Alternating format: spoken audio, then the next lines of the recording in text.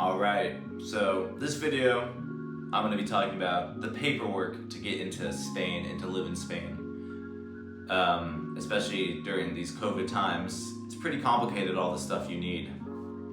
So to start off with, I needed to get into Europe, I needed to fill out a health form on the Spanish health app. On that health app, it showed like my vaccination status and stuff. And when I arrived in Spain, even though I didn't go through customs, I had to show that form. So that was the first step of all the paperwork I did. Once I did that, I'm able to go into Spain and start filling out the rest of my stuff. The next thing to do is make sure you have your NIE number. That is the number you get on your visa when you apply for the visa, and that number is very important for everything else you apply for while in Spain. You apply for housing, you're gonna need that form. You apply for phone number, you're gonna need that number. So you have to make sure you have that. For me, actually, that number wasn't on my visa when I got it back from the SF consulate. So I emailed the Spanish government, I can't remember what, they're like, yes, here is your number. Use this whenever you need it in Spain. So I did that, and then once I was in Spain, I got my phone number. I used Orange, the phone provider. It was simple. You don't even need to have an account. You can just do like a refill plan based off your phone number. So that's what I do. I'm not this is like my phone number is my account, I guess. It's not like something and then they just charge me monthly.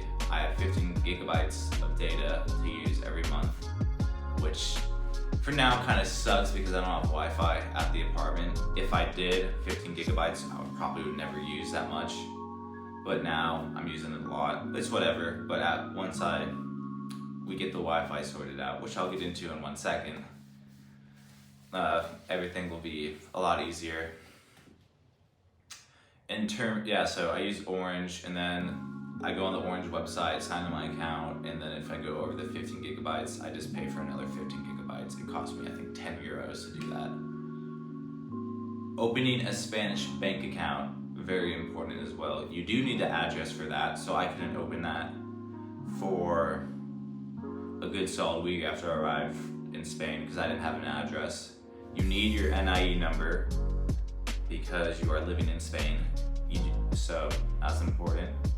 I decided to use an online bank called N26 because I didn't need to go in. They give you a virtual card as well. You can pay 10 euros and get an actual plastic card, which I did.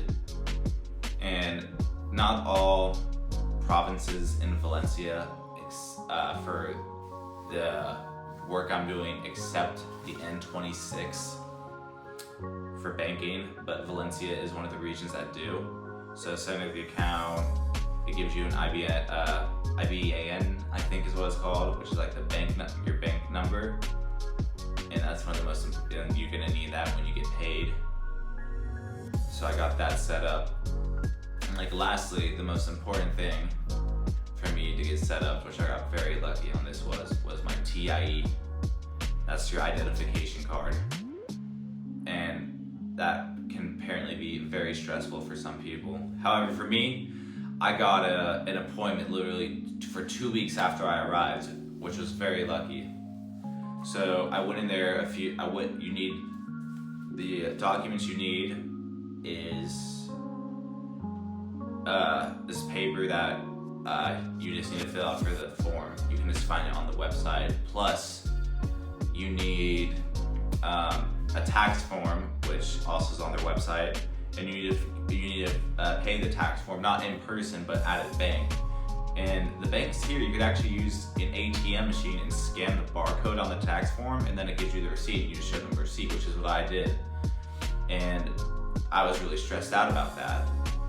You also, because yeah, I was stressed out about that because I didn't really know, like, will this work? What the hell? I usually go to a bank teller and do this, and I kind of waited till the last minute to do this, so I was kind of stressing out about it. Like, I literally went to rugby practice that night, and then at like 10:30, I was like, I need to find an ATM that does this.